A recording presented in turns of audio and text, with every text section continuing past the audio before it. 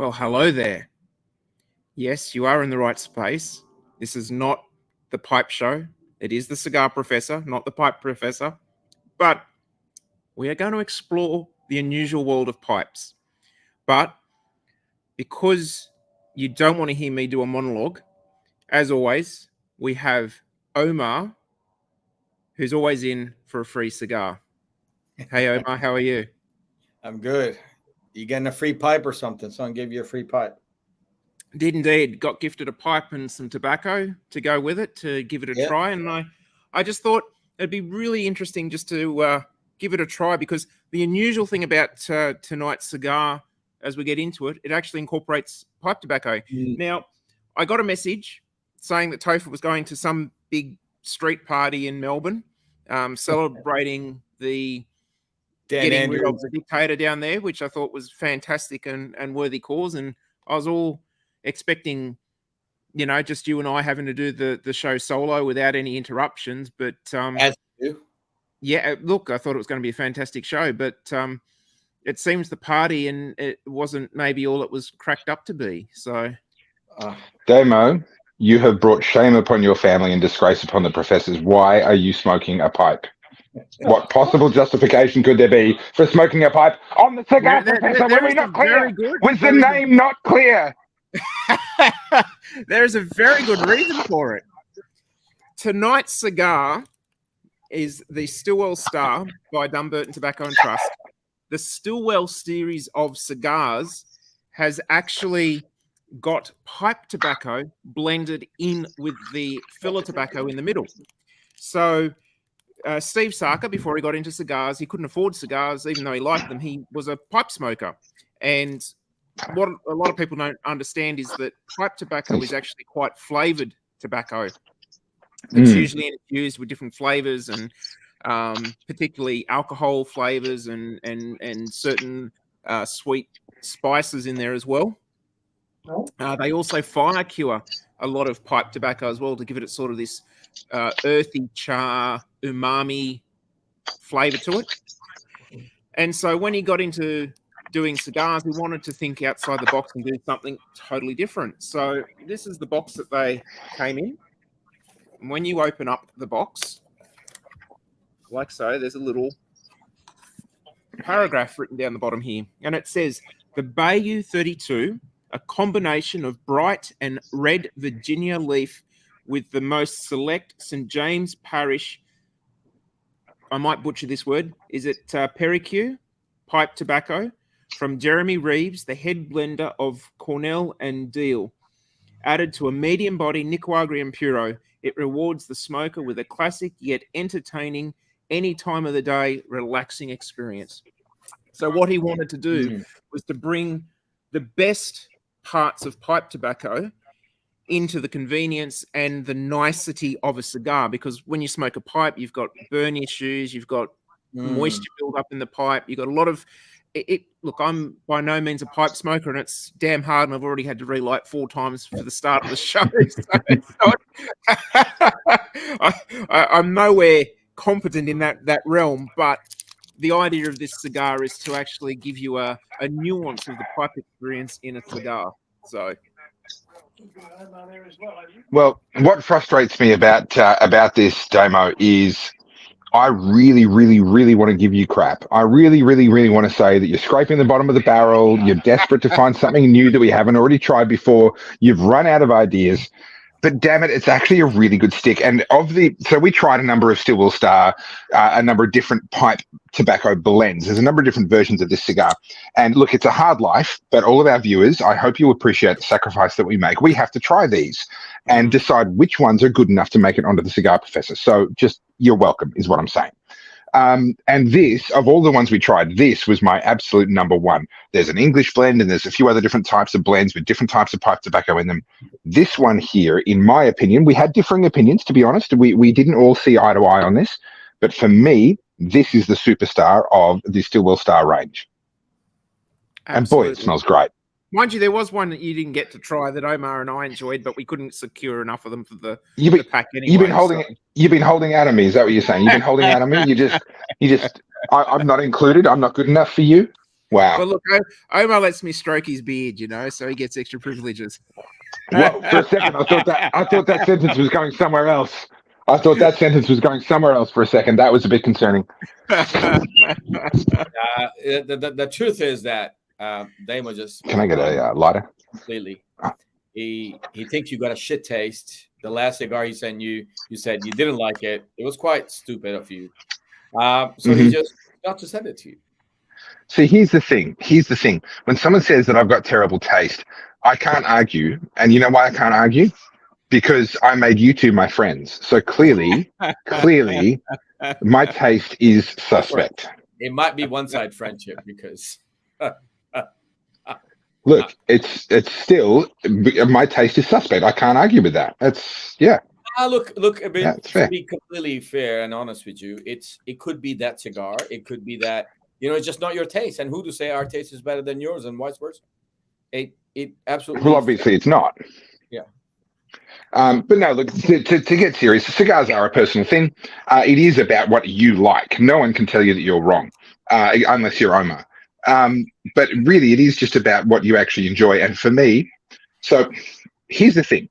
Infused cigars, which these are a different thing. And I had to add that caveat quickly, otherwise Damo will punch me in the face. These are not infused cigars, but infused cigars are often sort of an accessible way into cigar smoking. People will go from away from cigarettes, perhaps, and via infused cigars, or they'll just start smoking and they'll be infused cigars. And that's how I started. They were originally, actually, the very first one I had, don't laugh, was a chocolate-infused cigarillo. And I moved on from there, obviously. And there comes a point where you go back to an infused cigar and you try it, and it's just too sweet. It's too sickly sweet. You've become accustomed to the actual tobacco. You like the actual cigar. And this, I think, walks a wonderful compromise where it's added flavors that are just not possible with straight cigar tobacco. What they're doing with this cigar is not something that you can make with just pure straight cigar tobacco. But they haven't gone the sickly sweet. It's like a soft drink, these infused cigars. It's like you're drinking just pure sugar. Yeah. And they haven't done that with this. It's actually deep. There's depth here. There's complexity here. They've added to the experience. I wouldn't want one of these all of the time, but I definitely see a place for these, even for a seasoned cigar smoker. Yeah, well said. I think it has enough from perception of it. People might think, it's just some goddamn kind of infused cigar, but it's not. It's actually completely opposite. It's innovation to another level. Nick Perdomo has done a bunch of new things in cigar industry. Placencia has, and Damo's boyfriend number 2, Uncle Saka, just basically took another turn. Hey, just to show it. Wow! Trouble in paradise. Is this the first Cigar Professor show you've done without a Perdomo shirt or hat? Yes. Wow. Yep. So how does Nick feel about this newly formed love triangle? Look, it's on the quiet at the moment. No. Right. So watches this show. Steve Saka is your side chick. Is that what you're saying? Now there were 2 options floating around. Option A was Nick has been asking Damo that he wants to punish him, and he was saying no. And so that kind of add to that, or they want to add Steve to the relationship. So yeah. So go either way. Now I'm enjoying the company of Tim and Stu, 2 loyal Cigar Professor fans and 2 friends. They came down to Melbourne to join me in my celebrations tonight, and also I've got some family here as well, and we're all enjoying each other's company. And I mean, notwithstanding Tim obviously just insulting me, but that's normal. But what's clear to me is that you 2 are incredibly boring because everyone else in the room besides me has fallen asleep. So I don't know. Can you guys? I don't know. We should try something new for the cigar. I feel like maybe we've fallen into a rut. Like we're just kind of doing the same thing each and every time. I just thought, just for something new, could the 2 of you try and be interesting? Yeah, 1 second. I'll show you how.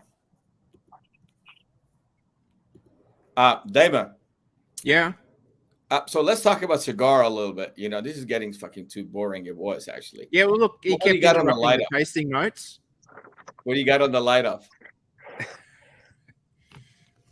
I actually got a really nice sweet. It wasn't too harsh on the light up, which most cigars you light them up straight away, heat of the flame, harsh smoke. Definitely not the case with this particular cigar. Definitely had sweetness. Couldn't quite pick the fruity note. I had some interesting fruit notes right on the light up, but they sort of disappeared a little bit before I managed to pick them. But they were sort of giving me the vibes of like some sort of soft red fruit. I thought it was a plum skin or dried plum skin. Yeah, something soft, something red, something sweet. Yeah. So I'd go with almost a blood plum. One of your. Have you got that turned up? That's not. One of you is just suddenly the audio is just cycling. Yes, the audio's just switched from on mine. I'm going to have to. That's you. Yeah, have a little fiddle. Do you want to mute yourself in the meantime?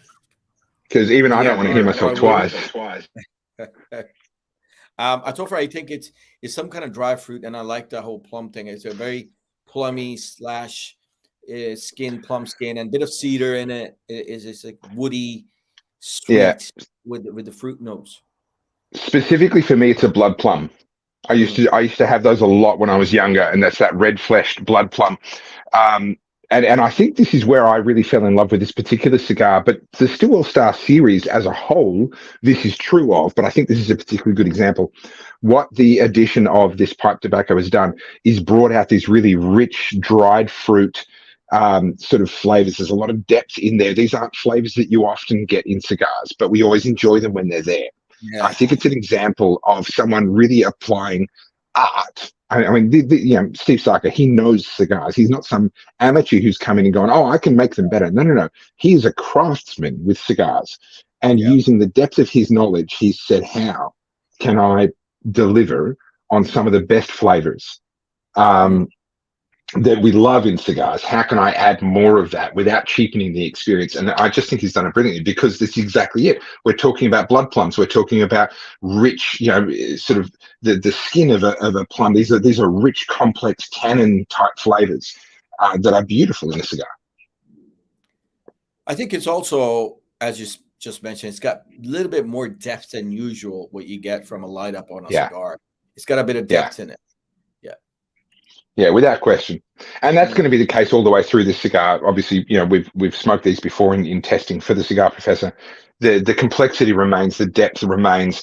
It's not necessarily a cigar with the greatest amount of progression. And that's probably the trade-off a little bit, as you sprinkle and as you mix in a little bit of this pipe tobacco that adds these flavors. That, because of its nature, it's not like a leaf that's being rolled in where it changes as it goes along. This is a sprinkling of tobacco that is the same throughout. We've probably sacrificed a little bit of journey, a little bit of progression in the cigar for that added complexity and depth. But honestly, I'm not mad, because this isn't an every single day cigar. This isn't what becomes your go-to normal cigar. It's what you reach for when you want that, and it delivers in spades. That's right. Omar would definitely smoke this every day. Interesting technical diagnosis. For some reason, Omar's coming through the TV speakers, but it's only you, Topher, that's coming through my computer. So yeah, wow. That's because I'm special. Yeah, in so many ways. Oh, shucks. I know you love me. Well, that's clear. That is not my fault. There's nothing I can do about that. I think it might have been Omar when he took you off and brought you back in. That triggered a glitch. So I might exit and come back in and see if that fixes the problem. All right. Be my guest. Feel free to take your time. Just maybe just exit and just have a breather in the middle, Shit. Things are so much better. Look, I do feel like we called the Cigar Professor, but actually, if you think about it, we're the Cigar Professors, and I just think that was a mistake. It should have been. I mean, and I'm not even being racist here against you or against whatever Damo is. But it's just like, if there was just one of us, just you, just me, just Damo, what's this? It's the Cigar Professor. What's this group thing that we got going on? Yeah, You got a valid point. Yeah. Sorry, Damo. We were just saying how much we love you.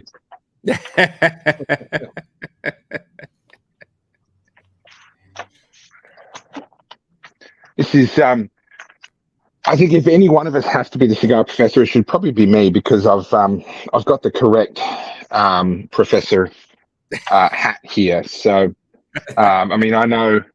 Obviously, Damo, you always wear that little, 1920s, whatever that is, and Omar, you've always got that possum that you groom. You wash him in the shower and groom it and place it on your head. But I'm obviously the one who's actually sophisticated, and I should be the professor. You obviously haven't paid much attention to our logo. Look, that's just marketing. No one actually believes their own marketing. I mean, come on. Hey, and it's not going that great anyway. Well, look, there's a point. I mean, you've got a point there. And as the person who is in charge of marketing and responsible for finding new clients, personally, I blame Damo. Yeah. For the complete failure of me to do my job. Shit.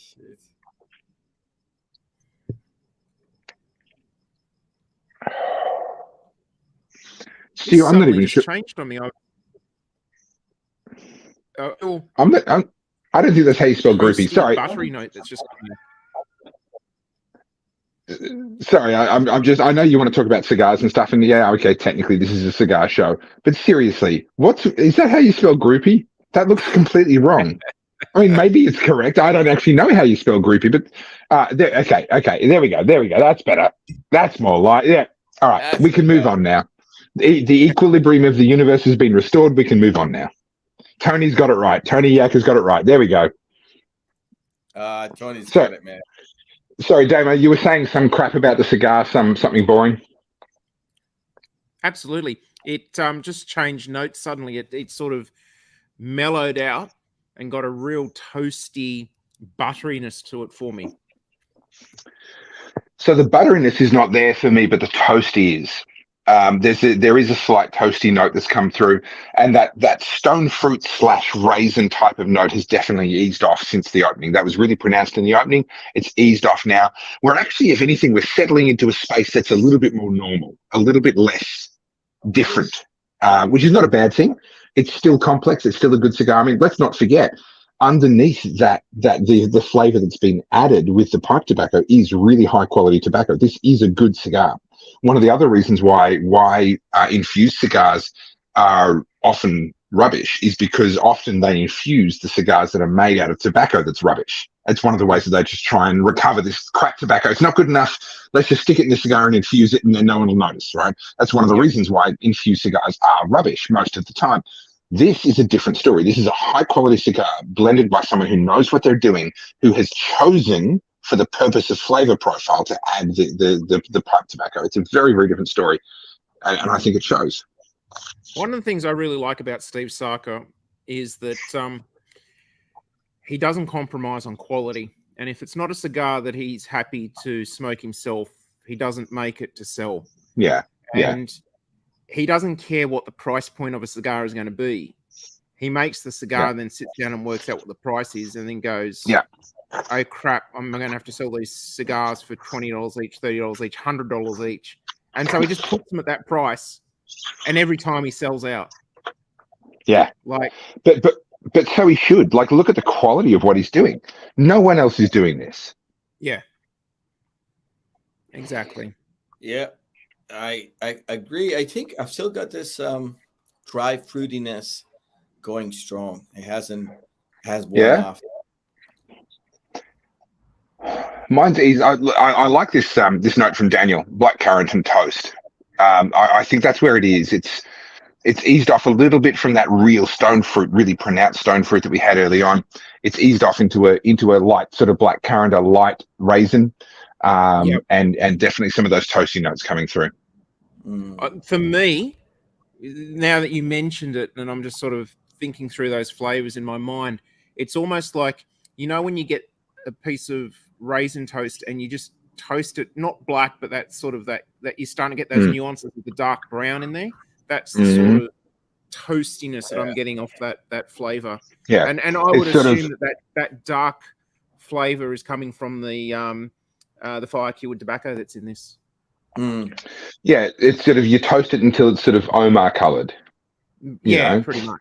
You're not going like Nigerian. You're just going Omar, and then Exactly. I agree. Exactly. Yeah, A bit of white showing, streaks of white. little bit of salt and pepper in the beard. Agreed. Yeah. Well, this is the thing. Like, I don't know. Maybe my toaster is just rubbish. But have you noticed how toasters toast more at the top than at the bottom because the heat rises as it's coming out? Yeah. And so, like, I've actually taken, this is how much it annoys me. This is how ridiculous I am. I toast my toast not for the full duration, for half, so that it pops up halfway through, and I can flip it 180 degrees and put it down again and even out the effect of the heat rise. 180 degrees, you also turn it that way because you notice that the inside of a toaster generally toasts a bit faster than the outside, because the inside separator between the toast has elements on both sides where the outside one doesn't. Damn, just fucking stop this shit, man. It's getting now I have to go and look at that. I have to go and look at that and see if that's true. I've never noticed that before. Is that true? Is my whole life a lie?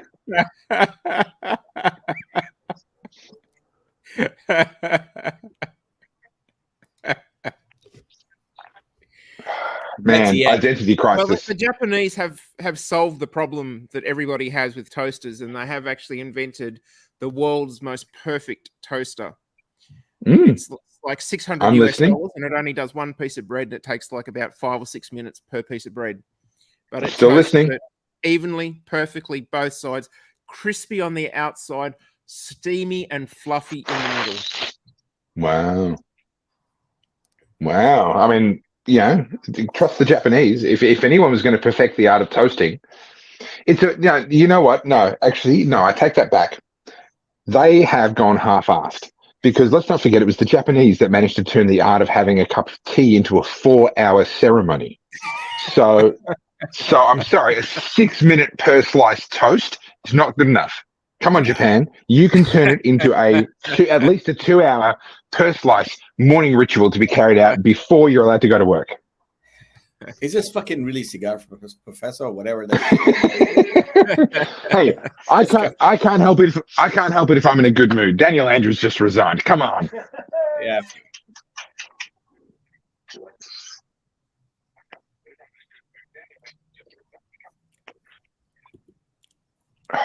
There's still a beautiful light sweetness to that smoke.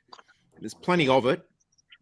The draw on this cigar is absolutely gorgeous. It's got just enough resistance on it that you're not really having to control your breathing too much, which is great. Here's a thought experiment for you, just for some fun. Actually, this is a great comment from David, and welcome, David. Nice to have you back. It's the Mexican binder that adds flavor to it, and it's manufactured by Hoyt in Nicaragua. I mean, this is a manufacturer that knows how to put together a cigar. So here's the thought experiment for you. If you did not know what this was, someone handed it to you, no labels, said, smoke this and tell me what you think. What do you think this is? What would your guesses be? Look, I would be tempted to think it's a Cuban cigar, to be honest with you. I'd be very close to calling it a Cuban cigar. Wow. Okay. Interesting. I did not expect the answer to go that way. Okay. Yeah.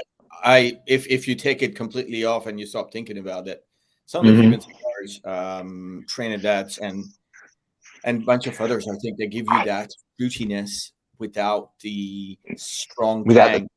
Without the tang. Yeah. Now that you've said it, I can see where you're coming from. Yeah. Especially with the way we've seen the wide Churchills change. When we, you could honestly think that this is definitely a flavor profile in that realm. And I would hazard to guess that that's possibly even got to do with the way that Steve Saka probably demands very intensive levels of fermentation on his leaf as well before he actually does it. And look, we know that the Cubans do that extra fermentation on their leaves, and that's what gives them their unique flavor profile. Oh, well, hang on, pause. Sorry, I'm about to learn something new. Did they do that on all, or I thought that was something unique to some of the Cohibas and things? I thought it was like that their absolute premium end get that fourth fermentation. It's not across the board. Trinidad is one of them as well. So Is it? Okay, I didn't know that. Okay. Yeah, right. All right. Because here's the thing for me, I'm sitting here going, I would be completely nonplussed by this. It has elements of Cameroon, but that deep, sweet, rich fruitiness is not Cameroon. Not Cameroon. Right. So it's not Cameroon, but it's got elements of, it has some of the cacao, it has a little bit of the coffee, it has a little bit of the darkness, the toastiness. It's got a cedar as well, like a hint of cedar comes through every now and then. It pops up. Yeah. I have a confession to make. Quite floral. The foot smoke is very light, beautiful. We've got 4 people smoking cigars in this room, and it still hasn't filled up yet. Like, it's incredibly light. It's an incredibly light smoke. Yeah, I would be. This is a cigar that if I didn't know what it was, would absolutely stump me. I would be talking myself in circles trying to figure out what it was and where it was from. So confusing, but also so incredibly good and just satisfying. Like that as a flavor profile. Think about it. How many cigars have you had?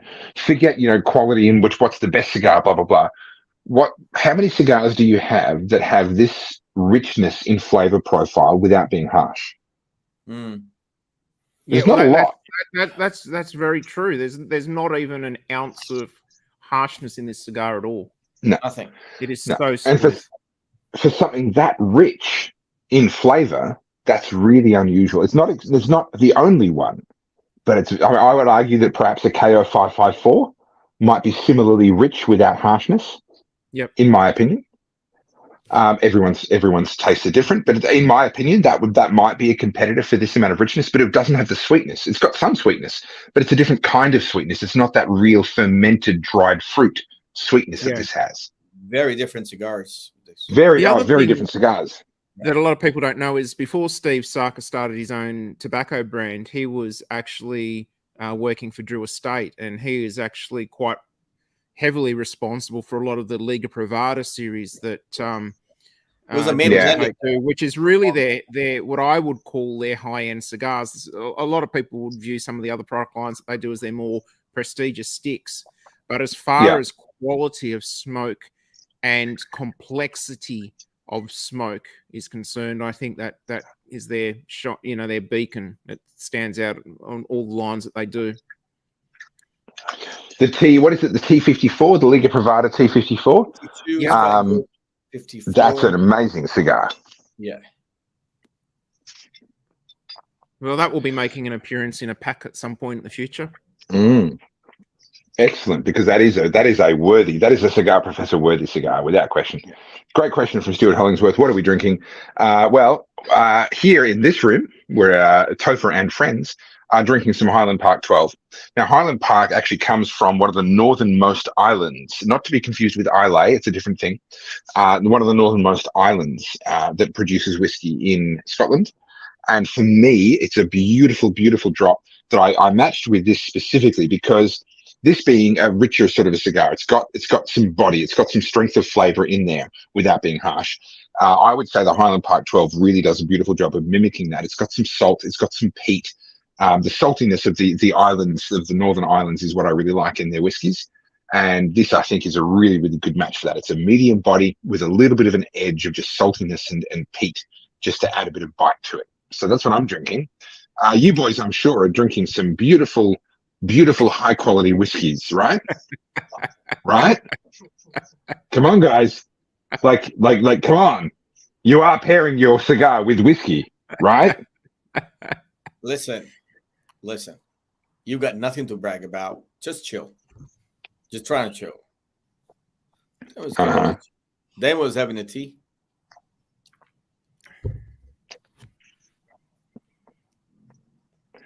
I can do better than that. Because my backup drink, that's it. This is a coffee that was roasted and ground and packaged by Damo. That's pretty good. This is a brew brewed coffee. Well, I've got a black tea, and then to wet the whistle in between the black tea, I've just got a sugar-free Coke. So, For the second time tonight, Damo, you are a disgrace. That's ugly, man. That is ugly, man. That is ugly. Sugar-free Coke. That's ugly, man. Can't believe you're doing this. That's Sadly, I can. That's the thing. I can believe. Oh wow! So I had not sipped that coffee. I just sipped that coffee, took a draw on this cigar. That has opened up a whole new range of flavors. That's amazing. Wow. So, okay, let me try and unpack this. I've just gone full campfire in the best possible way. The absolute best possible aromas of a good campfire with good timber. That's what that mouthful of flavor was just then, with coffee on the taste buds and then a draw on this. That just opened it up. That's amazing. The difference. Mm.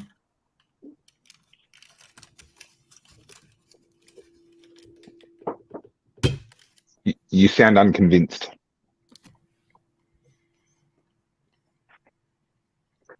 And now you sound like nothing at all. You're just leaving me hanging. You're both just like, yeah, screw that guy. We'll say nothing. I see what you're doing and see where you're coming from. I think the profile has definitely changed a little bit. It may not be directly campfire, but I think it's getting more hardwood type of smoke. It's more deeper smoke than what it was. I think the fruitiness had dropped off a little bit, just a tiny little bit of dropped off. And I think it's what I had a cedar, but now it's going to more darker redwood type of smell profile. So that I like iron bark type, this strong deep. Yeah. And the smell of campfire is fresh in my memory. I was just up spending some time with my brother, and we were having open fires outside of his place. And so it's an aroma that's very fresh in my mind, fresh in my memory. And that was amazing. I highly recommend. If you haven't got coffee handy, next time you have one of these, have some coffee with it. There's nothing like black coffee and black tea. Do a little bit of a retro, you get that wood fire smoke smell. I'm going to have some more coffee just to try and get that flavor again.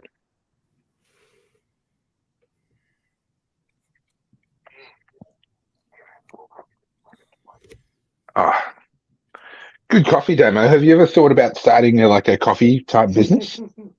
Like, I don't know, you could probably rip off our name and call yourself, I don't know, the coffee professor, just spitballing, just ideas, just throwing them out there.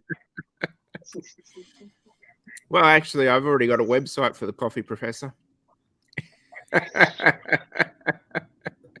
Really? So you're already ripping off our IP?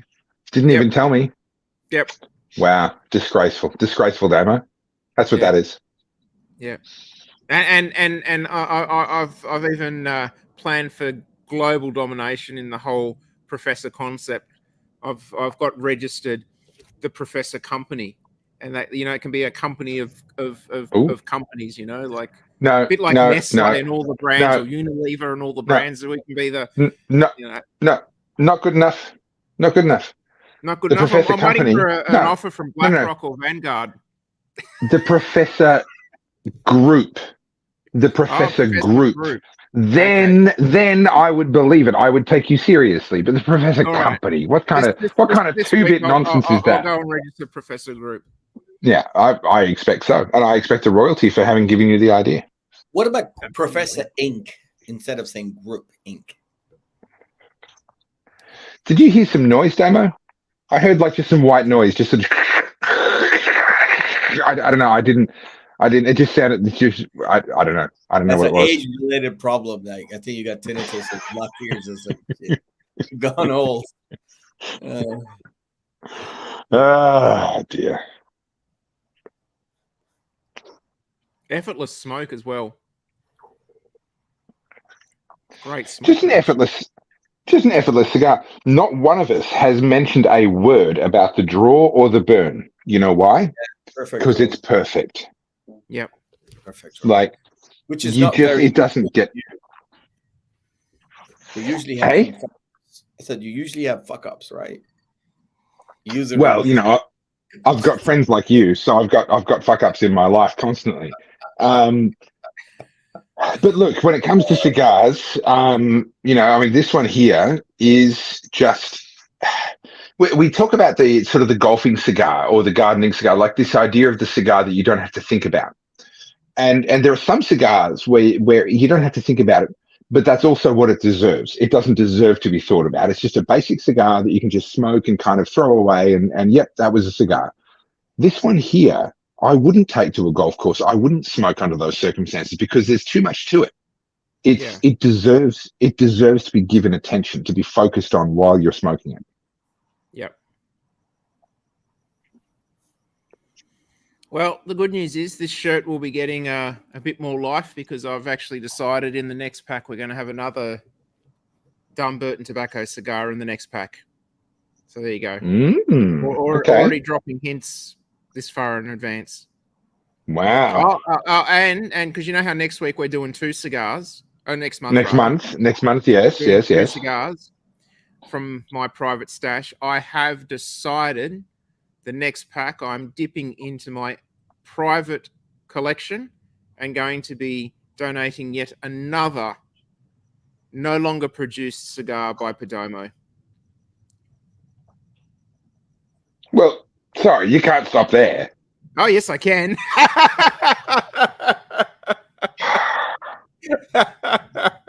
Who invited him?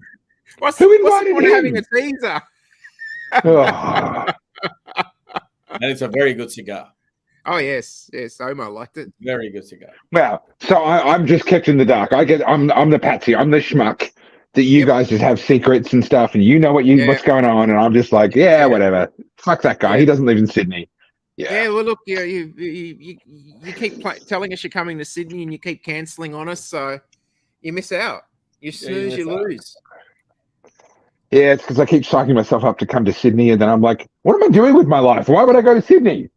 And I do the smart thing, and I don't. Clearly, you're missing out a bit more.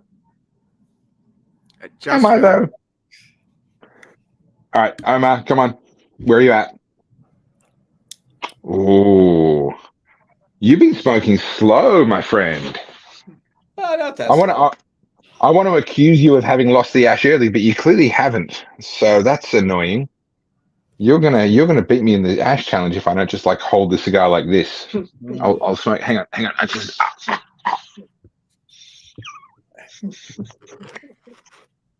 Yeah, I have seen Omar smoke like that in the past.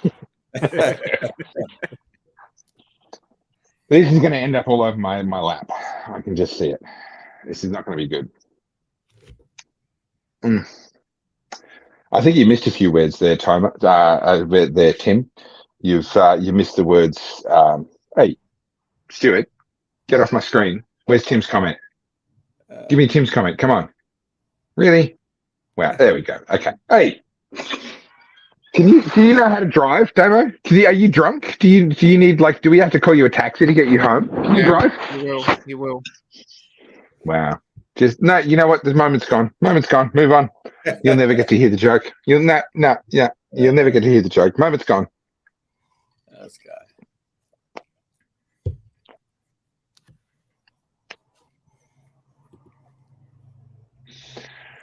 All right. So we're. All right. So I'm now definitely into the second third. This is really smoothed out. That stone fruit, the aged fruit, the dried fruit is kind of gone. This beautiful smoky campfire. I mean, that's obviously the way they've done the pipe tobacco that's in there is bringing that flavor out. Beautiful smoky campfire.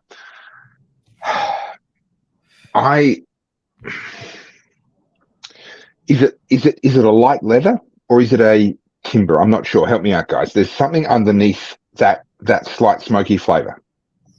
I think I'm more going towards more of a hardwood type of. I don't have any leatheriness in it as yet. I've still got some of that dried fruit in there too. Sort of. Okay. It's gone from being more raisins to currants. You know, those little really tiny, small black. Normal people do not differentiate, Damo. Oh. Normal people, it doesn't matter Whoever which. said I was normal. Well, no one. You raised a valid point. Yeah. Okay. I granted. I lost the argument. Okay. Carry on. Actually, since this is the show for teasing and tormenting, would you like to have a little bit of eye candy? No. No, we wouldn't. No. Keep your shirt on, Damo. No. I said no. Ooh. You have a box. This is a limited edition travel humidor from Rocky Patel. Sorry, a humidor with a zipper on it. Yep. He's a madman. Who comes up with that? And when they originally released them, they put 20 sticks in it. Then they cut it to 10. Now they've unfortunately cut it to 5. But there is enough room in there to hold 20 ALRs. It comes with 5. It's got a little thing to stick your cutter and your lighter in there and your Bovita. And you lift it up, and there's where your other cigars go. Okay, stop. What's the cigar that comes with it? Is that the second edition ALR? ALR second edition, 5 sticks. Hang on. Well, okay. I don't mean to be that guy, but I thought they'd sold out of those. How are they selling more? Well, that's also possibly the reason why they originally released them with 20 and now are only supplying them with 5. Yeah, okay, possibly. When you held that up, I thought they'd released a third edition. I thought that's what you were showing. I got so excited. Now, to be fair, the second edition is a very good ALR, cigar. Second edition, and it's hard to see, but the embroidery is almost a copper metallic color as well. The light doesn't quite reflect it on the television, but it looks gorgeous. It looks absolutely gorgeous. That's a beautiful box. Apparently not as gorgeous. I have a few of them actually. Damo. I mean this in the nicest possible way. I hate you right now. In Christian love, until now, Omar didn't even know I had those. I was actually a little bit like, what the fuck? Yeah, I hate you in Christian love. Okay. Thanks, Ross. Anyway, so for people who are contemplating a Christmas gift, possibly a Christmas gift to themselves, I reckon that might be right on the money. Tell you what, the stitching on that and just the way that sort of not checker plate. Where am I going? Not checker plate. What's that called? The quilting on that. Thank you, Stu. Yep. The quilting on that is beautiful. I've not seen that on a cigar box before. And it's all cedar inside as well, so well made. There are not many cigar boxes that make me go, I want to have that box on my shelf, but that is one of them. That is a beautiful box. There's more.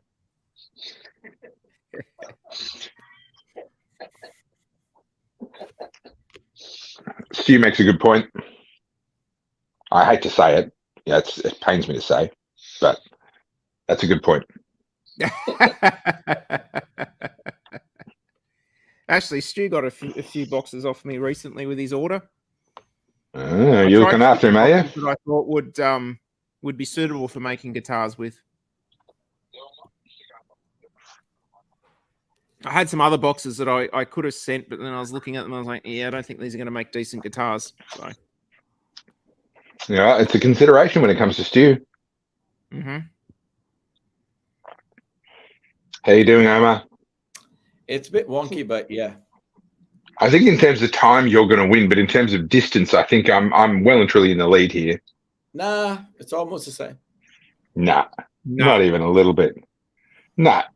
What are you talking about? The recession has hit hard with Omar, and he's had to cut back from 7 sticks a day to 5. And so to make up that loss of smoking time, he's actually worked out that he can still smoke for as many hours of the day if he just smokes those 5 longer. No. Rubbish. Omar has spent his entire life saying to other blokes, mine's as big as yours. And it's just not, right? Like, that's just what he tells himself because it makes him feel better, right? Apparently, once you go black, you never go back. So Yeah, that's a food for thought. Yeah, because if you go black, clearly you've got mental issues. So why, like clearly they've got no taste at all. Yeah, you obviously haven't been. Topher. And that neatly gets me out of having to answer that question. Look at this ash. Beautiful.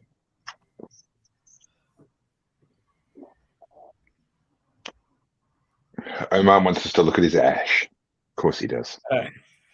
Sounds like Daniel's in a race with Omar who can go the slowest.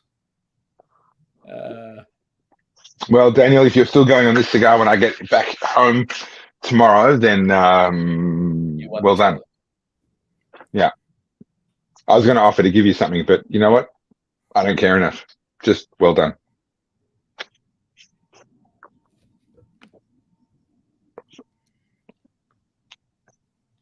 When you heading back, Topher? All right, tomorrow morning. So I had a bit of fun. So I was on the plane. I'm sitting on the plane. We're coming down from Brisbane to Melbourne. I've been all over the place over the last couple of days. Coming down to Melbourne to do some stuff with gear in preparation for heading over to London for the whole ARC launch thing. Coming down here, and we're on the plane. We've got 3 kids, so I'm traveling with the wife and 3 kids, and wrangling kids and all the rest of it on the plane. They were being pretty good, but still, you got to look after them, and they always want attention. And then the bloke seated behind me taps me on the shoulder out of the blue. We haven't spoken. We haven't even made eye contact, right? And he taps me on the shoulder, and he shoves his phone between the seats, and he says, "You need to see this." I'm like, that's a bit weird, but okay. And it's the press conference. It's Daniel Andrews announcing that he's resigning. And so clearly this bloke, one, he's got reception. He's obviously, signed up, linked up for the Wi-Fi on the plane or whatever, which I hadn't done. But he's obviously recognized me, knows who I am, and hadn't said anything, hadn't whatever. But he's there, and at some point he's just saying, "Oh, Daniel Andrews is resigning." He's like, "Oh, well, Topher's sitting in front of me. He needs to know about this." With the phone. So that's how I learned that Daniel Andrews had resigned. Which is kind of funny because then when I got off the plane, I grabbed my phone and I did like a selfie video. I'm like, "Hey, I've just arrived in Melbourne. I heard the news. I've come to Melbourne. Where's the party?" So the timing couldn't have been better because I released that video within about an hour of the press conference. It's hilarious. Topher, do you feel like you need a medal? No, see, I've actually won a lot of awards. You wouldn't relate. You wouldn't understand what it feels like to have been recognized internationally for actually having done a good job at something. So I can't ask you to actually understand what I'm talking about. But no, I don't feel that I need medals. I've kind of proved the point already. In your case, though, I can understand where the question's coming from because, well, I mean, look at you.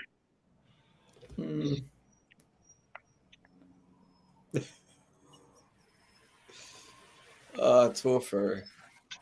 You got no comeback. See, this is it. You got no comeback. Where's the comeback? Where's the sharp like counter attack? It's not there. You got nothing. You know it's true. I just laugh at you sometimes. You guys, Topher. I'm going to chalk that up as a win. Cheers. Would that be only one? Cheers. Don't care. It's a win. And it's a win on a good day. It's a win on a good day. Well, to Tony's question, I say it's rats fleeing a sinking ship. I would like to interpret it that way. I'm not so sure. I think he's under pressure from his own party. He's not a popular man within his own party. Like, let's not be under any illusions here. When someone is that effective at consolidating power, they make a lot of enemies on the way. And whilst they can project an image of unity, they have a lot of enemies within their own party, and Daniel Andrews is no exception. I think basically what's happened is that the tide has been turning over the last year and a half since all the lockdowns ended, all the rest of it. Slowly, more and more people are coming around going, hang on, what did we just do? And not fast enough, not enough people, but it's happening. And people, senior power brokers within the party, have looked ahead 18 months and said, we can't go to the next election, or 2.5 years. We can't go to the next election with this guy in charge. It's toxic. We're going to lose. So we need to roll him early. And I think what's happened is they've gone to him and said, listen, you've had a good innings. 9 years, the longest serving Labor Prime Minister, Premier of Victoria. Accept it and go out on your own terms. Because what you don't want to do is to get rolled in a leadership challenge or to lose an election. That would be devastating to his ego. And I think for him, he's done enough that he's like, yeah, all right, fine. I'll go out on my own terms, and no one will ever be able to challenge me and say, oh, but yeah, you got thrown out in the end, right? He will forever be a man who won 3 elections and left on his own terms, and no one can take that off him. So from my perspective, I thought it was more the fact that he was just sick of trying to avoid staircases. There is that, and there are a lot of staircases in the world. I don't know if you've noticed, but the stairs are quite common. I know. So that would be very tiring, very tiring. Look, Daniel, that's almost certainly true. I think a lot of people are turning on him, but if you understand the nature of how he held power, no one could roll him, right? Not yet. Maybe in another year and a half, someone could roll him. So he's resigned not because he was imminently going to be rolled, but because someone that he trusts or someone that he likes or something has gotten in his ear and said, listen, look ahead 18 months. Think about the legacy that you would have if you resign now versus the legacy that you'll have if we roll you in 18 months, right? Go out now, because no one can take that off you. And they're right. Right. I mean, I don't like the guy. I despise the guy. Actually, I'm going to go far further than I don't like him. I despise him. I think he's a human rights abuser. I think he's an incredibly arrogant man, and he's a candidate for a psychopath. And I don't mean that. That's not just hype. I mean that. But he's gone out on his own terms, and no one will ever be able to take that off him. I think it's very, very clever. Is he longest consecutive serving premier or something, isn't he? Longest Labor. So the one that beat him, and this will annoy him, and this will be the thing that he would have had one eye on, is that Jeff Kennett served for longer. So that's going to annoy him a lot. So he's the longest serving Labor Premier of Victoria. But I suspect a good cigar tonight. I reckon he probably is. So I think it's a combination of things. People aren't wrong when they say he was pressured into it. Yes, he was, but he wasn't pressured into it because of imminent, being rolled straight away. I think someone laid it out for him and said, "Listen, if you're still there in a year and a half, you are going to get rolled, and that's how your legacy is going to be. You are going to be remembered as the guy that did the lockdowns and then got rolled by your own party. If you go now on your own terms, you will forever be able to say that you were popular, that you won another election after the lockdowns, and that you left on your own terms." I'm getting a little bit of a fresh celery vibe to this at the moment.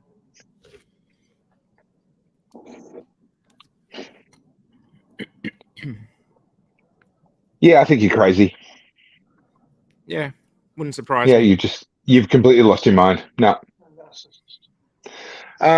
Okay, so what you're reflecting on is a freshness that's creeping in. It's definitely shifted in that direction, but it's not there yet for me. I'm not getting anything resembling a celery yet. What I am getting is actually a nuttiness, which often comes early in cigars, but didn't with this one. But I'm into now sort of the slivered almonds or the slivered pistachios. Yeah, it's the pistachios. Slivered pistachios on top of a croissant. That's the note that's creeping in for me. After I just had to relight the cigar, so I cleaned the ash and I started. And I think it does have some sort of earthy tones. I'm not too sure if it's celery, but it's not too far off it. It might be for Damo, but it's got an earthiness to it, with slight tangish that sort of drives it away from earthiness. But it's got some sort of earthiness, and I can't put my finger on it. So that fruitiness died down, but I've never lost the fruitiness in this cigar.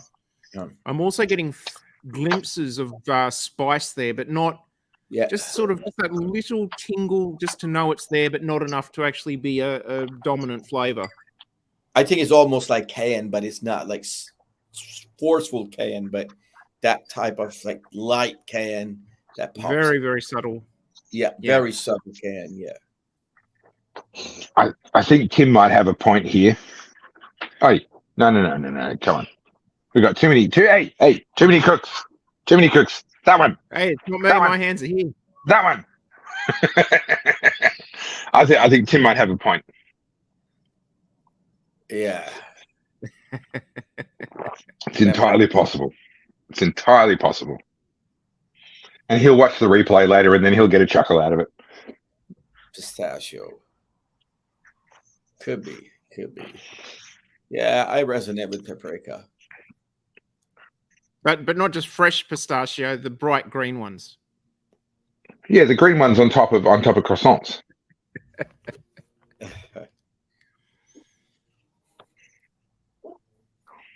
Tell you what, the burn time, like the smoke time we're going to get out of this is going to be impressive too.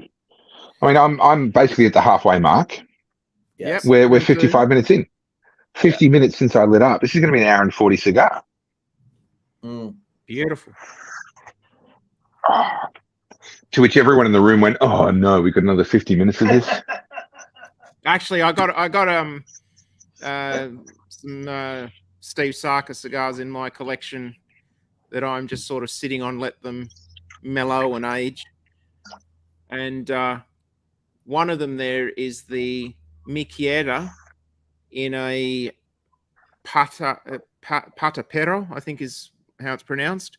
Basically, it's an 8.5 by 52 stick. That sounds good. That sounds so good. That's got to be at least a 2-hour stick minimum. 8.5 by 52. If Daniel was smoking it, it'd probably be about a 3-day stick, I would assume, at his rate. It'd be a question of whether he would finish the cigar or fall asleep first. You know what? If anything would get Daniel to go back on the speed, it'd be that. To stay awake so that he can finish that cigar without falling asleep. There you go. Could be a new product line for him. We've got Pipe Tobacco infused cigars. Yeah. So when we ship that cigar out to our subscribers, it comes out with a Boveda pack, a gift like a little cutter or something, and some crystal meth in a zip bag, right? Just to keep you awake, you know.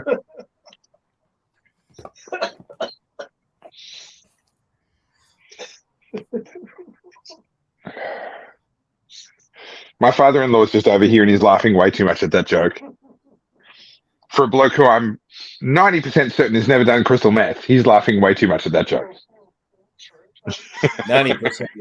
90%. I'm 90% sure. Yeah. I think your father-in-law got the Stillwell box from memory.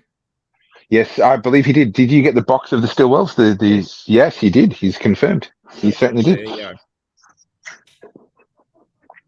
So Stu is going to go rummaging through the house until he finds it, and he's going to make a guitar out of it before he leaves.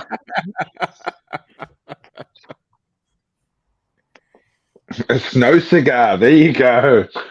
That's the technical term. All right. If you can't tell, I'm sitting on the floor at the moment, and my butt is telling me that an hour 40 smoke time is too long to sit on the floor. So I've made a tactical error. That's what cushions are for. Just ask Omar. Well, you know what the problem is? I've been losing weight. My butt used to have a built-in cushion, and I've lost a couple of kilos worth of cushion lately, and I'm suffering for it. It's terrible. Yep. I should just get fat again.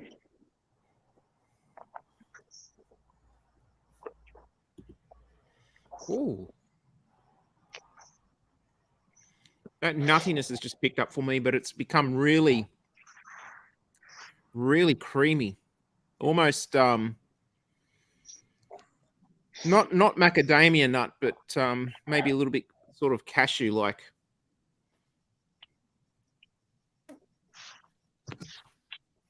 Mine's become quite sharp. I'm assuming that this is a piece of stem or something. I've just hit something. Let me have another go.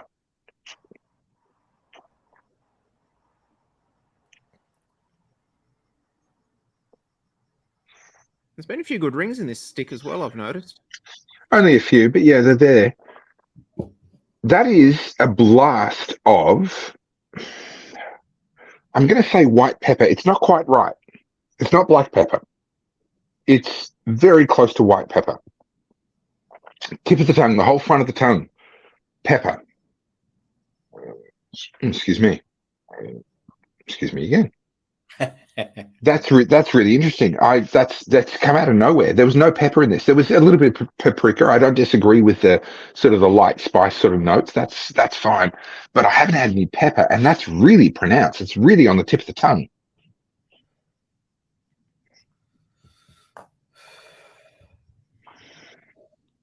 Maybe that note of spice that I was getting, 5 minutes ago is a little bit more intense in your stick. It's come to me all at once, maybe. Still very pleasant, don't get me wrong, but there's over the top of what was already there has come this pepper.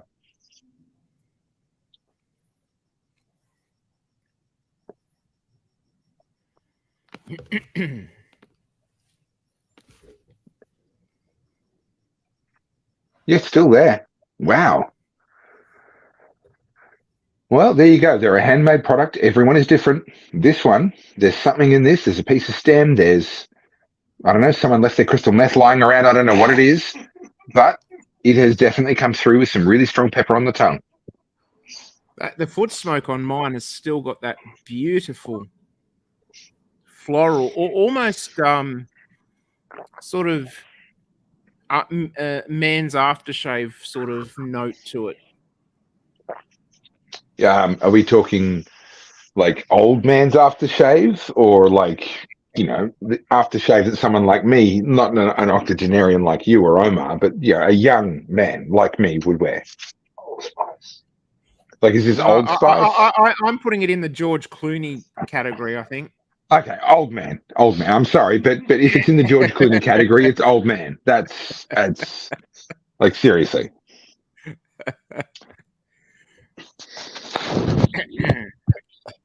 I mean, wasn't he spruiking like the coffee pods or something? Like, the man's got no taste. Yeah, the Nespresso pods. He's got no taste. I'm sorry. No, definitely not. Definitely not. Those Nespresso pods are not Coffee Professor approved, right? No. Actually, on another tangent, in all honesty, I actually find the Aldi brand pods taste better than the Nespresso pods.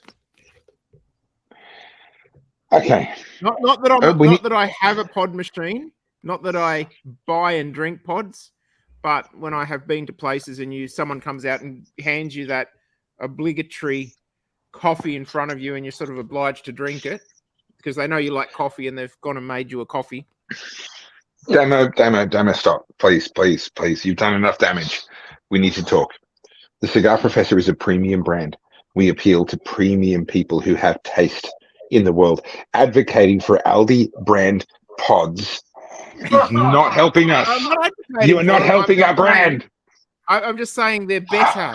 Like Nespresso pods are like not quite 0 on a scale of 1 to 10. Oh, 0 to 10. Disclaimer: the views expressed on this show do not necessarily represent the views of the network. They are held by the individual in question, and they will be punished. I promise you. I didn't puff enough on my stick and let it go out. That was user error. See, I haven't had that problem. You and Omar have both had to relight. I'm just trucking along. No problem. But I'll tell you what, that has got to be the smoothest, most mellow relight I've ever experienced on a stick, ever.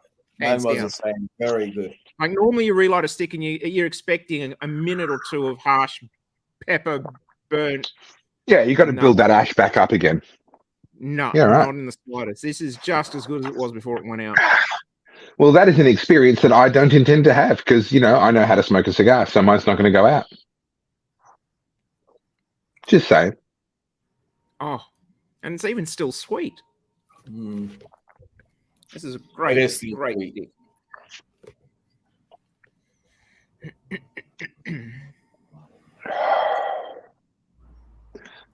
Man, I loved this cigar when I taste tested it. That's why we put this one into this pack. But I'm actually loving it even more this time. This is actually rising in my estimation as I smoke it this time. It's so many people have tried to improve on the formula of cigars, and so many people have said, "Oh, I know how to make it better," and they've been wrong. Rare is the person that says, "I know how to make it better," and actually gets it right. But boy, this is an example of one of those rare moments. Such a great cigar. Well, I think Steve Sarker is possibly the only human on the face of the planet that's actually smoked more cigars than Omar.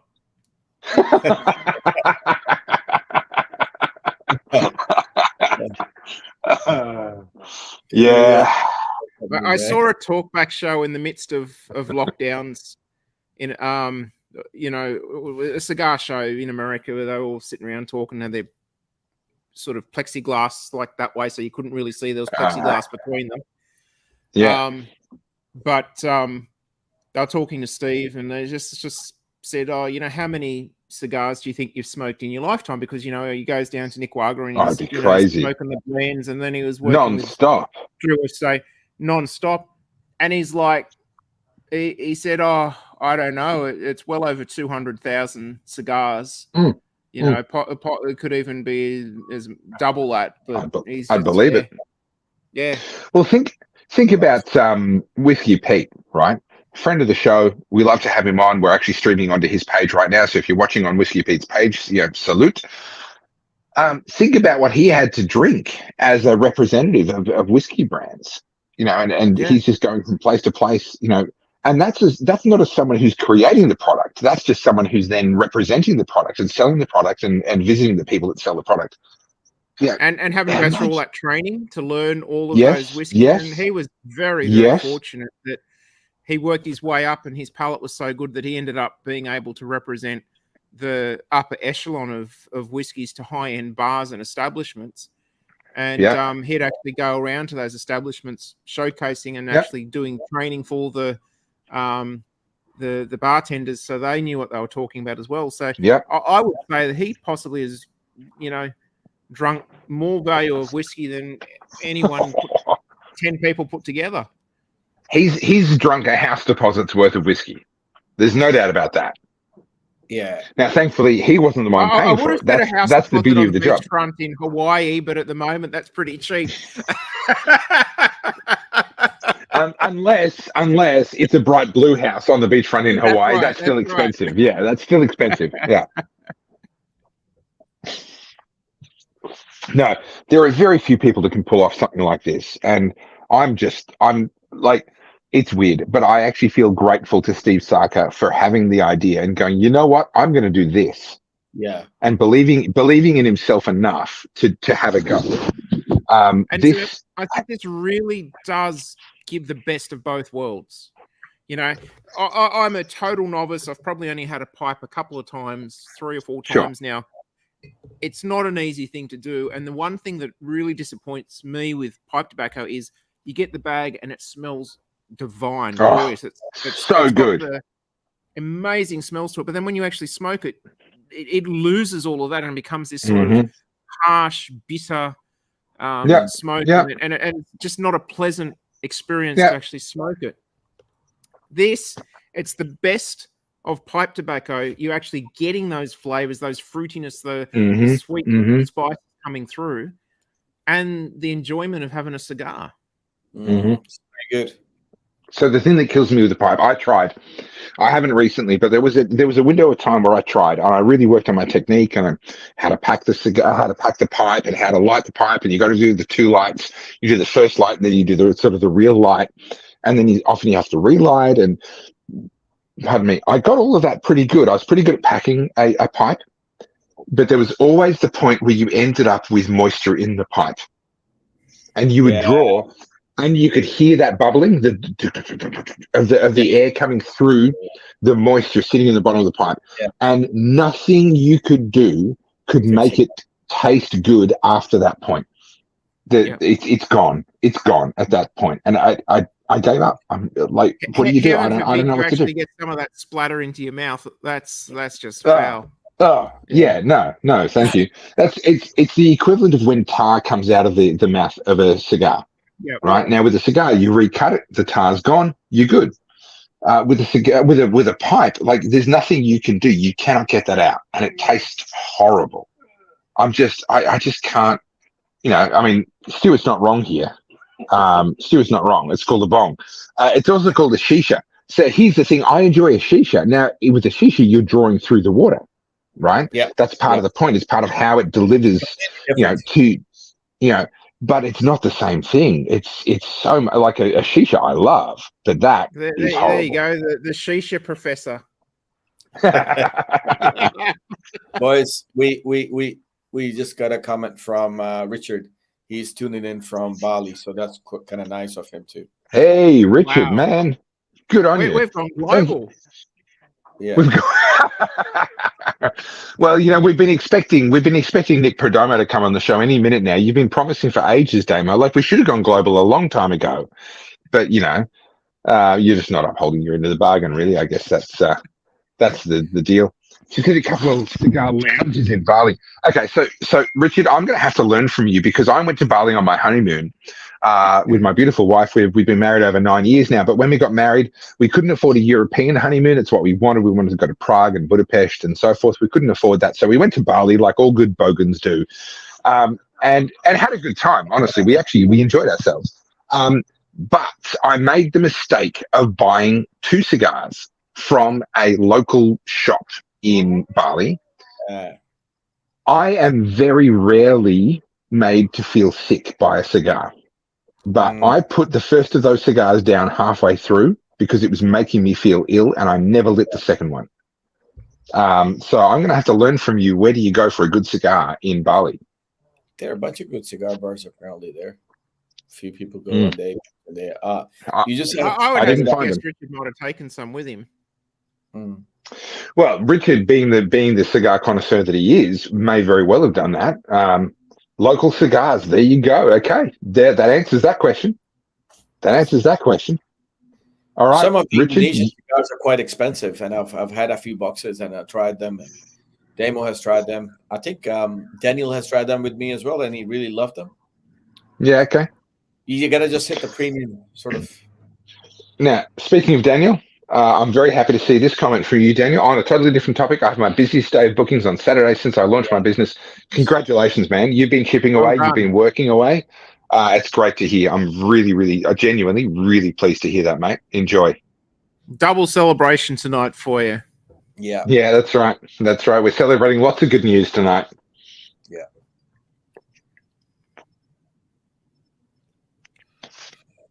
Lost my ash again. Now my father-in-law is definitely going to kill me. I've left 2 lots of ash all over the floor of his attic.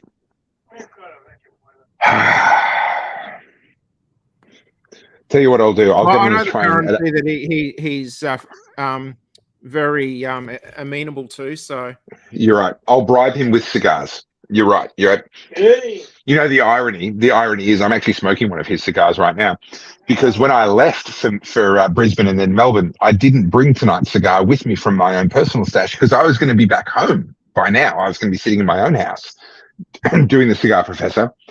And then, of course, Daniel Andrews went ahead and had the temerity to resign while I was already on a plane, and I couldn't grab cigars to celebrate.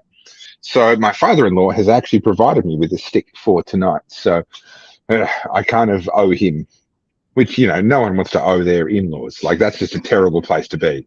You're just like, ugh. But here I am.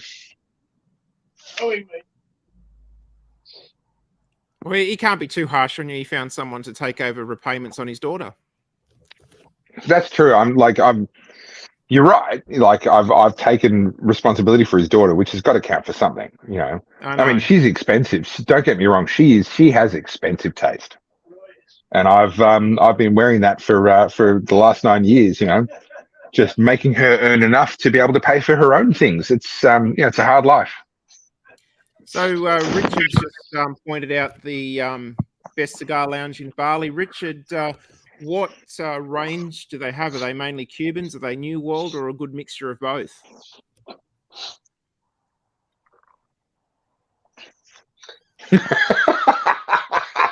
Stuart, Just because it's true doesn't mean you should say it. She has expensive taste, and yet somehow she chose me. We all make mistakes. Moving on.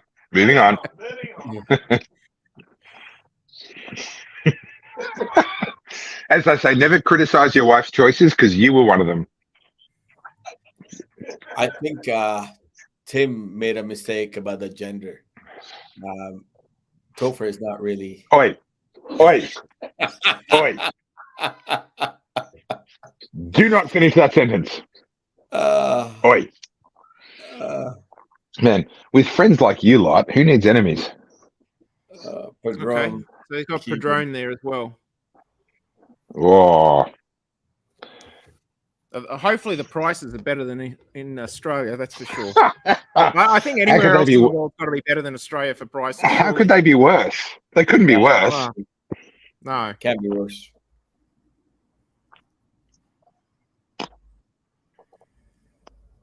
Guys, I'm right down to the business end. New trick with me too, bringing in the sticks as well. What's that? They're actually. I have to go back and try and figure it out because they've changed the formatting of the invoices that they give me. But it looks like they're throwing the tobacco tax on, then the customs duty on, and then putting GST on top of those two taxes. I thought that was already the case. No, they didn't do it to the customs duty. They used to calculate the customs duty separately and then add that in. But it looks like I might be getting double whacked on two taxes now. So a tax on a tax on a tax. Yep. Yes. Standard. Now, the Australian Constitution specifically forbids taxing taxes. Yep. Right, that's a specific exclusion. It's tobacco excise and customs duty. Oh, they gave it a different name. That changes everything. Yep. So it's a tax on a duty on an excise. It's not a tax on a tax on a tax. Got it. That's completely fine. That's completely fine. Yeah.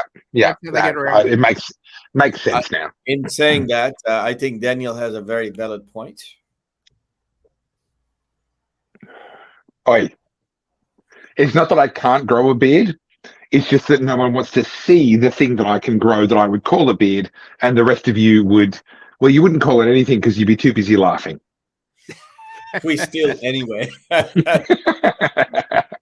Listen, God invented some perfect faces. The rest of them, he gave beards. Okay? I'm just saying. So, Omar, yes, I have to ask, have you been standing too close to some campfires recently? Yes. There just seems to be more black in your beard than usual. I mean, at your age, the fact that it's not pure white is a miracle at your age. Oh, he was having a lighter incident the other day. Getting a big flame out of his lighter. Well, the size of his beard, I'd say he's had a TIG welder incident.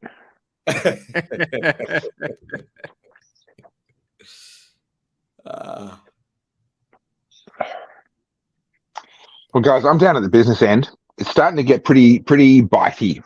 That pepper has definitely continued and kicked up. What I thought was probably just a stem was not. That was a transition, and it's continued ever since. So the tip of my tongue, that white pepper has persisted all the way through as I get now down to the business end. So I suspect that this is going to be one of those cigars that you don't smoke all the way down to the very, very nub. We'll see. The flavor is still there. It's not that the flavor is gone, but the white pepper has definitely really kicked in. Tip of the tongue, burning. So Richard's done a review of the place in Bali, so we'll have to definitely get on YouTube and check that out. Okay.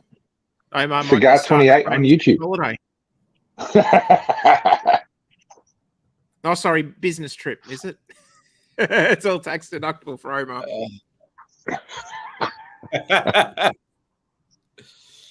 It'd be tax deductible for us, wouldn't it, Damo? No, it would be, but he just says that he's a professor and it's all business expense. Yeah. Yep. Yeah. That's fair. That's fair. Well, I'm going to have to go to America in February of next year. I'm speaking at a conference over there, so I'll have to find some time to look around Washington, D.C. and see if they've got a decent cigar culture around there. You'll probably want me to do what I do for Omar when he goes to America. Shh. You're not allowed to say Well, this. I don't think I even want to hear it. I don't want to know what you do for Omar. Like what happens in Sydney stays in Sydney, man. Like just leave it. Oh no, this is what happens in America when Omar's in America. 20 odd boxes just for a week. Okay, I feel like this is something we need to talk about off air when we're not like live streaming to the world.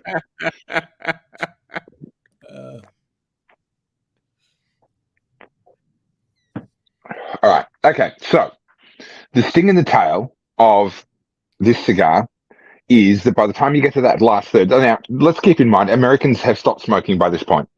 Yeah. Right. So keep that in mind. At this point, this has become really, really bitey. It's burning the tip of the tongue. It's starting to transition onto the soft palate. It's beginning to affect the lips as well. It's become a really, really bitey cigar, which I feel bad about criticizing it at this point because this isn't how cigars are supposed to be smoked. We do this in Australia because our tobacco taxes are so ridiculous, we feel like we have to. This was a gorgeous cigar all the way through the first third, the second third, and the first half of the final third. But getting down towards the business end, it is starting to get too bitey. It's just starting to get too strong. Topher, definitely. I think we smoked about 4 of them, and I think they all had the same thing that when you go to the business end, because of the pipe tobacco, I think there are repercussions. Yeah. Look, nothing's for free. There's always a trade-off. And I think the two trade-offs are there's not a lot of journey, there's not a lot of transition in the cigar. And at the end, it's bitey. I think that's the price you pay for the absolutely gorgeous first and second third. That's it.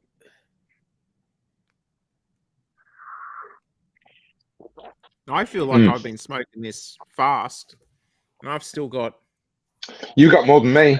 You and Omar are about the same. Yeah, I've smoked mine too fast.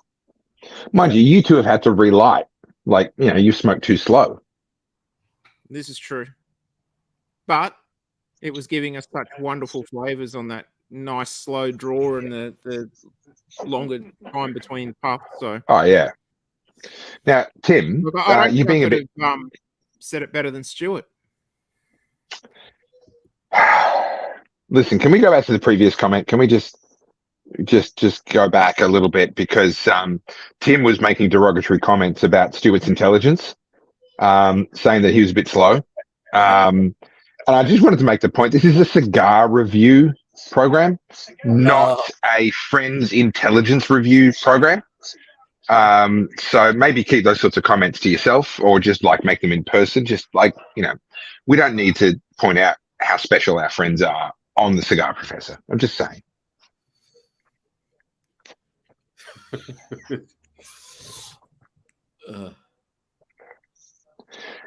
Tell you what though, the smoke is actually really rich now. Yeah. Like it's become really, really rich and really, really dense.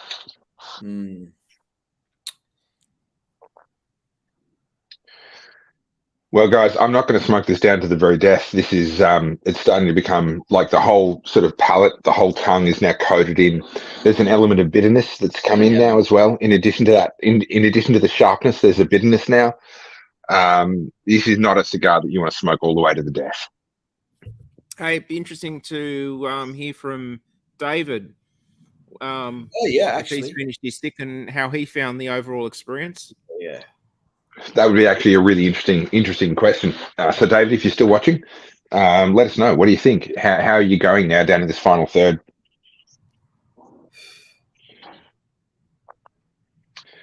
What's the price point on these, Damo? Bear with me. Not sure if you want to know it, really. No, I'm curious because they're quite they're a decent sized cigar. And if the price is good, then there's still good value, even if you do only smoke those first 2/3, because that's an amazing first 2/3. Yeah. And then you can stop with a clean conscience. But if they're expensive, then it's a bit harder. I had to start a new spreadsheet. I just got to find it because of the tax increase. Yeah. Everybody, sorry if you didn't stock up on the last sale. Then I'm sorry you've missed out. There's been a tax increase since then. Was it? And I think we can expect a lot more tax increases going forward under the Albanese government. So you're best to get in, stock up now, because the prices we have even now is good compared to what it's going to be. Here we go. The David. retail is 79. Okay, so they're definitely not a cheap cigar. For their size, they're not an expensive cigar.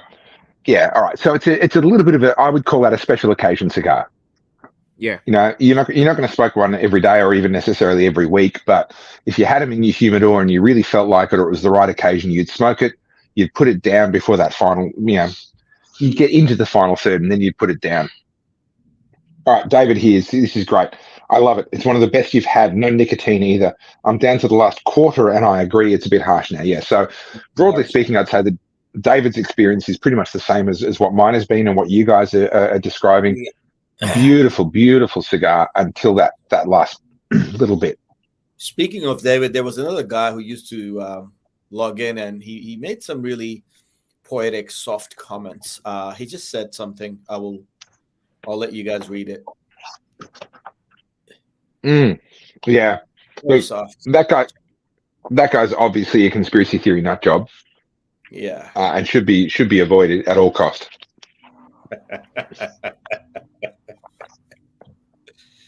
He also might be in the room with me right now. Dude, that's a second nature, man. So I haven't hit the harshness yet, but even still at this point, I'm still getting a sweetness on that smoke. I'm close to putting this down. Yeah. I'm very close to saying thank you. I've had a wonderful time, but you've turned on me. You've gone better. Yeah. I would say though, I was almost the same as Topher. I've been bellowing it every third puff because of the pipe tobacco thing. And it revived itself. So it's not too bad. It's not too bad. What I'm going to do is let it sit. Try and let it sit for long enough to get one or two more good puffs out of it. But it's right at the very death.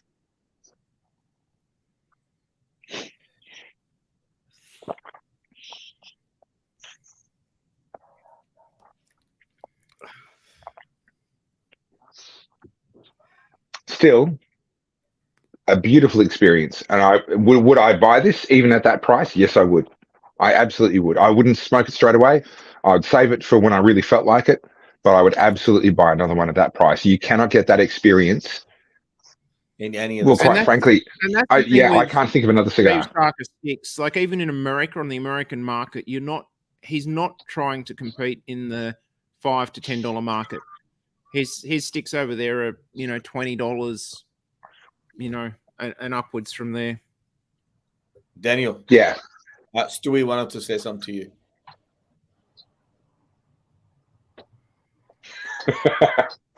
I think actually, because Stu is sitting just there, he's reflecting on how often I'm having to shift my weight because my butt is very sore sitting on this floor, and he's giving me a hard time. But that's what Stu's good for. They do with make friends cream like these. Who needs enemies? I wonder if Stewie actually have first-hand experience about your problem. Like, has he sort of went in there or? He's the one who applies the cream for me, which is great. Daniel works on my shoulders and it helps me to get all of that going, and Stu works on my butthole. It's a good relationship.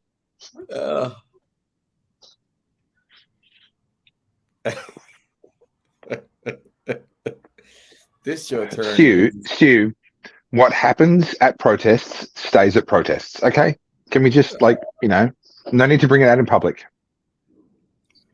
Wow, just revealing all my secrets. All my secrets. Oh man, this is heavy. Well, speaking of protests, how many were there tonight or this afternoon?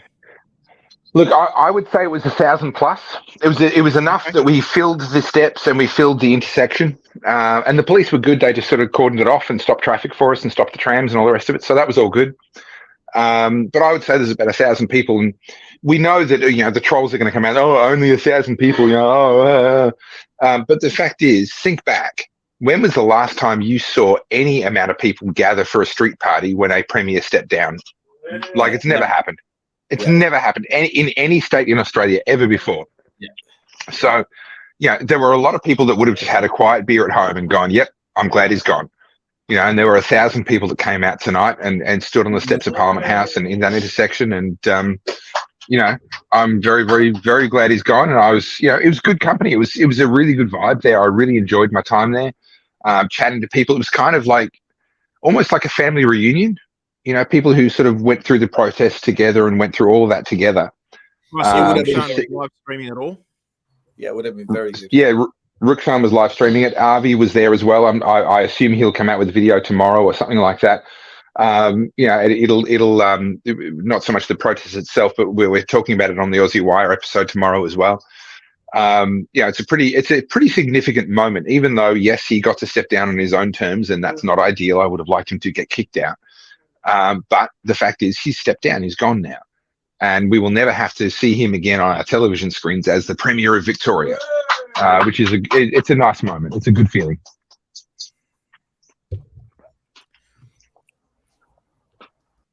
And let's not forget, you knew something was in the water when that photo started leaking out a couple of days ago of him having a ciggy. Well, actually, we've known for some time that he was preparing to get out. This is the thing. Sorry to get political, but this guy, it's like he feels the need to lie. He says, he's made up his mind in the last few days. No, he hasn't.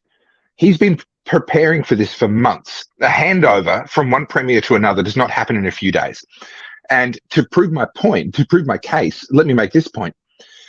At the end of the last sitting of the Victorian Parliament, the upper and lower houses of the Labor Party, so Labor members in both houses, got together for a big group photo.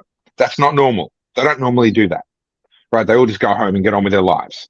Yeah. Why did they all get together for a big group photo? Because they knew they were not going to come together for another sitting of Parliament under the same Premier. Right, and that's been known for months. We've known anyone that says, you look at Voice of Victoria, you look at any of these accounts where they've got people on the inside leaking information out to them. They've known for months that it's coming. And then Daniel Andrews comes out and he could have just said, hey guys, we've been working on this for months. We've been preparing the handover to make sure it's a smooth transition, blah, blah, blah. He could have delivered that narrative, which would have been honest. But he felt the need to say, I've just made the decision in the last few days. Like, why? Why does he need to say that? He doesn't. But it's like he feels the need to be dishonest about why he's doing it.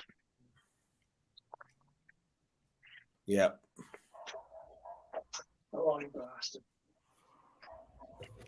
He couldn't lie straight in bed. All right, I'm done. I'm calling it. This has been a beautiful cigar up until the last half of the last third. In future, I'm going to stop sooner than what I have tonight, but I'm going to put it down and call it done. Thank you, Steve Sarker. You've given the world a cigar unlike any other. Yep, it's a unique cigar. Yeah. I got a little hint of the harshness, but then it went away again. So I'm not quite on the harsh spot yet. Well, that's probably, Damo, that's probably just because you don't have good taste buds. Like, you're just not good at, like, tasting and discerning flavors. Yeah. That's probably what it is. Yeah. I mean, anyone that's a regular cigar professor watching knows that Omar and I are just last week's chemo. Yeah, we're kind of carrying you from a taste bud perspective, You're the. It does go away. It does go away. Sorry to cut you. It does go away, but it's still definitely not what it was at first and second. And third is definitely harsher. Yeah, I mean, us real professors, we can tell what's really going on. And I rag on Omar and try to make Omar, out to be like the inclusion, the inclusivity hire, the diversity hire. But actually, it's Damo. He's our sort of special project that we include just because what else would he do with his life if he didn't have us? Well, Stephen asked a good question. Will we expect another Stillwell Star blend? Don't know. Actually, the one that Omar and I absolutely loved was every year he does a limited edition Christmas Stillwell blend. and I managed to get a couple of the 2022 Christmas sticks, and they were gorgeous. They were really gorgeous. So, Damo, why aren't we smoking that if they're so good? Because there was a limit on how many you could buy, and Steve Sarker has a real strong loyalty to brick and mortar, mum and dad operated establishments in America, away from the bigger online companies. And so he will make certain releases only available in store. And also because there's such demand, it's a very limited amount that the stores get. And so that's a very long-winded way. That's a very long-winded way of saying that you're holding out on me again. That's what I'm hearing. Excuses, bloviating, a lot of Daniel Andrews tactics, like lots of words, saying nothing. You're holding out on me again. You see what I suffer?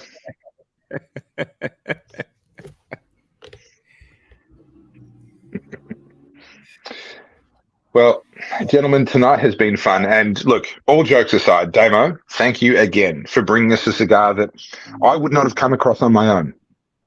I would never have turned around to Stillwell Star. It's not a brand I recognize. Oh, it's got pipe tobacco in it. Well, then no, I don't want it. Right? It's not a true cigar. It's not a pure cigar. This is genuinely an experience that I would not have had were it not for you and were it not for the Cigar Professor. And I'm really glad. I've had this cigar. I think it's a remarkable stick. Yeah. So all jokes aside, thank you, Damo, for your work, for your for your commitment to finding these sorts of sticks that otherwise would be overlooked. I'm really, really grateful. It's been a great stick. Very good stick, yeah. Mm. I'm out too. Yeah.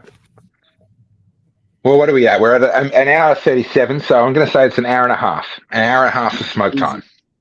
Yep. Easily. My ash just dropped again. It'll be interesting because I reckon the harshness is probably going to kick in now that the ash has dropped. Yeah, probably. Probably. Keep going. That way you can suffer like I did.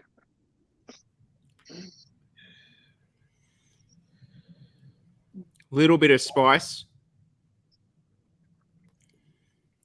Yeah, and there's that sort of bitterness that catches you on the back of the throat. Yeah. Fantastic. Not as bad as after the little whinge you had about it. So I was expecting a lot worse, but that's what I'm here for. I'm here to be the whinger of the group. All those years of drama classes were finally paid off. That's right. I've got to bring some drama to the Cigar Professor. I mean, the two of you are dead boring, so someone's got to be interesting. Someone's got to bring some controversy. That's it. We got you. Well, I'm going to say that's about that. I mean, you guys are winding down. Yep. Yeah, that's it. I'm done, actually. Hour and 38. Hour and 38. Yep. That's it. Right. What a beautiful cigar. Would have again 100%. Would buy, but would not necessarily smoke in a hurry. I would just sit in the humidor until I really felt like it, and then I'd pull that one out and be like, "Yes, it's time. Today's the day." Yep, absolutely. Well, Damo, you're in charge tonight. So, do you want to take us out? All right. Well, once again, thank you all for joining us tonight. And next month, be prepared. We're doing 2 sticks back to back. We're going to kick off with, from my personal stash, the Perdomo Firecracker, which has now got 3 or 4 years of age on it. Yeah, and then magnificent. We're going to see what EP Carrillo's pledge prequel take on the Firecracker is like. So it'll be interesting to see how we run that show when we stop and reflect and then light up and go straight into another cigar. That's it. Now, let me think for a second. That's going to be the last Wednesday in October. I'm going to be in the UK. Oh, great, Omar. Just you and me. Hey. Don't get excited. Get some guests on the show that can actually blow rings for a change. I will come on just to spite you because you said that. I will get up in the middle of the night if I have to, just to spite you. You'll be in the UK and you'll have left your sticks behind. Again. It'll be what will it be? It'll be like 7 o'clock in the morning. I'm going to take my cigars to the UK. It'll be 7 o'clock. I'm going to get up in the morning and have a cigar straight away, just to spite you. Very good. On an empty stomach, I hope. On an empty stomach, absolutely. 2 cigars on an empty stomach. Yeah, it's a midday. Well, on that bombshell of a note, we will see you last Wednesday of next month. See you then. Looking forward to it already. Bye. Bye.